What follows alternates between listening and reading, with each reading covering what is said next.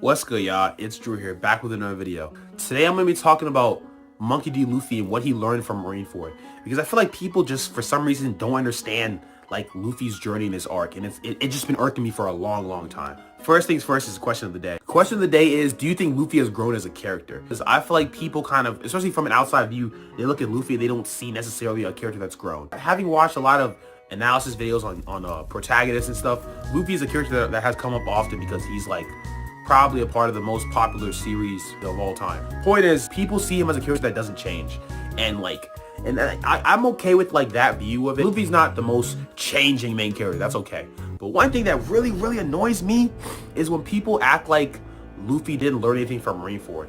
They'll say stuff like, oh, Luffy went through Marineford, lost his brother, and then he still didn't take things seriously. And I always stop and be like, bro, did y'all watch Marineford? Luffy's takeaway from Marineford wasn't and shouldn't have been that he didn't take things seriously. People act like Ace died was because Luffy wasn't serious, and it's just, to me, it's just so mind-blowingly dumb. It's not even funny. Go back and remember what Luffy had to do to just get to C8. He had to go through Impel Down, he had to fight Magellan, get his ass beat, get covered in probably some of the worst poison ever. Then he had to go meet Ivankov, get hit with the procedure that would increase his chances of living from like 0 to 1 or 2%, and then he had to constantly basically get fed steroids every 10 or 20 minutes to keep his body moving because he was supposed to have multiple days of rest. But he was like, nah, there's no time. Big bro about to get executed in a couple hours. I don't have time for this. Never mind Gear 2. We know what that does to his body. That's basically killing him slowly. We know about that. And then he's being attacked by Vice Admiral. Kizu got hit him. He was just going through everything. Then he had to basically, he ran into Garp, you know, he ran into Sengoku. Like, Luffy is doing a lot of things just to get to Ace. And you mean to tell me that the reason Ace died was because Luffy wasn't serious? Like, at what point was Luffy quote-unquote goofing around and get Ace caught up? Like, that was not the reason that the Ace died. Luffy even said after he lost Ace, he was like, when he was, you know, bandaged up and he knew that Ace was dead, he was like, I'm too weak. Like, I couldn't protect anyone.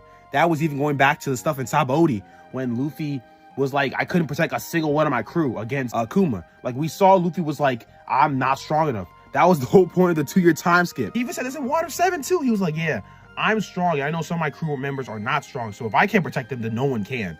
And that's why he was happy he got Gear 2 and 3, because it was a way to ensure he could protect his friends. But then when Marineford, he couldn't even protect his brother. He was like, yeah, I'm way too weak for all this. He saw Whitebeard going crazy against all the people. He saw the admirals going crazy. And even like Ace, Jinbei, people that, and you can just tell we're above Luffy multiple steps. And it's like, if I want to compete in the new world, I need to get stronger. Like, it's just that simple. When Luffy attacks Fujitora, everyone's like, what are you doing, bro? Like, we don't have to attack him. And Luffy's like, bro, like, we trained 2 years so that we would not have to run away from threats like this anymore. And then it even shows a flashback of Kizu, how when an admiral appeared, they was all scared. Like, no one could do anything. But now 2 years have passed, you know, Luffy, the Straw Hats are more of a threat to the new world. Yeah, Luffy is going to attack Fujitora because he's like, bro, if I'm still running away from threats 2 years later, what was the point of the time skip if we're still running away from the admirals? One, when people act like Luffy didn't take Marineford serious, like, that's just, you just watching Two Piece at this point. Like, you're not watching the same series we're all watching, clearly. I think just tackling Luffy as a protagonist, because I feel like he's low-key kind of underrated by people. Because people who don't know One Piece, they just say, oh yeah, he's the same guy, right? When he is very similar in a lot of aspects as he was in episode 1 or chapter 1, but Luffy has grown a lot. But looking at Luffy as a leader, he's grown a lot more. I gotta shout out Vivi too, because I don't like Vivi, but Vivi is one of the people that basically inspired Luffy to be a better leader. Because before then, Luffy was just a strong guy who did stuff. Like, even in the Arlong arc, Luffy like was fighting Arlong. He was like, I can't lie, I can't cook, I can't tell directions and stuff like that. But what I can do is beat you. That's all Luffy did for a long time. And it wasn't until he met Vivi where he had to learn that, like, yeah, you have to be a leader. Like, you have to trust in other people's strengths. And that's kind of something he learned with Vivi and other things. Because prior to that, he would always kind of have this mindset of, like, trust in me, I'm gonna handle everything. And we learned Marineford, basically, Luffy can't handle everything. He just can't. He's the main character, we know that. But even so, like, Luffy cannot do every single thing.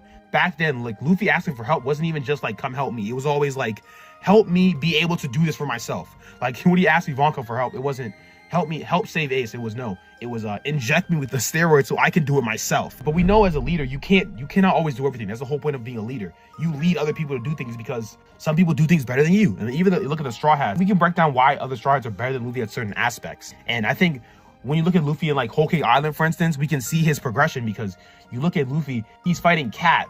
And he knows that if he basically is fighting Cat on the ship, it kind of throws everyone off. So Luffy trusts in his crew to handle things.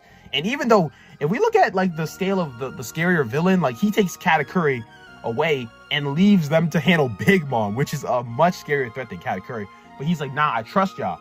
I know that if Cat and Big Mom are here, we're not getting the hell out of here. We're gonna die. So let me take Karakuri. I know I can beat him because I'm that guy. Like I can handle that. I'm gonna trust y'all to do what y'all can do. Which, I mean, that's something I really love about One Piece, and I really just love about the whole like Luffy progression as a character, honestly.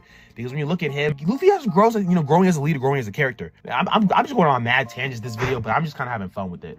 A good comparison I like to use between being a great leader is Whitebeard and Oden. Because you look at Whitebeard, and I feel like Whitebeard is the epitome of a perfect leader. Well, I wouldn't say a perfect leader, but like a really, really great leader. Because especially when you look at Marineford, you look and you see how he kind of just trusts his men to do things. Like Whitebeard didn't even like when he got attacked by Kizaru, he just trusted Marco would do that. And then he got attacked Mihawk.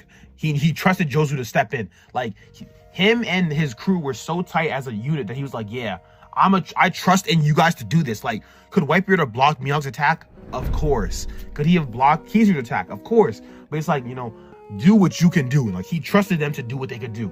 And that's like the epitome of a great leader. And that's honestly something that Luffy is getting better at doing. Like you can see the progress of that. And you can like kind of look at Oden, who is basically the opposite, where Oden tried to do everything by himself to the bitter end. And that was very early Luffy, if you ask me. Him praying around Wano for like 2 straight years, embarrassing himself, basically letting Kaido and his crew get stronger and let him build up his army because he wanted to do everything himself. Like he didn't trust any of the people that were following him, any of the scabbards, anyone else to harbor any of the secrets. Like even down to the fact that like when he was about to die, he still didn't tell everyone what was happening. And you look at the Oden method and it ultimately failed. Like Kaido ruled Wano for like the next 20 years, and now he had to trust in the next generation of Luffy and the Skybirds and all those people to hopefully save Wano. Like as of currently, Kaido is still in control. So when like I feel like Oda definitely used Oden and Whitebeard, those two people, as foils of each other to show us like the progression between Luffy, like him being him being a leader at the beginning and him being a leader now. Now we see Luffy and his ability to trust his crewmates a lot more. Like that, you know, you can just see it now. Like I feel like we're gonna get a scene soon where like he just trusts that someone could do something. Like we're seeing it in Wano right now where Luffy's like, yeah, y'all handle the rest. Like I'm trusting y'all to handle everything but Kaido. So handle Big Mom, handle King, handle Queen, everything that's not Kaido, I'll just handle that yourself. You know what I'm saying? Like I'm gonna trust y'all to do that because I know y'all can do that. That's kind of what he's been saying this whole arc. He's like, handle everything else for y'all. I know y'all can. I'll beat Kaido. That's my promise. Like Luffy will handle the big bad, but Luffy has to trust in everyone else to handle everything else so that everything goes smoothly. And just to see that kind of progression, I feel like that's a big part of what Luffy gained, what Luffy learned from Marineford.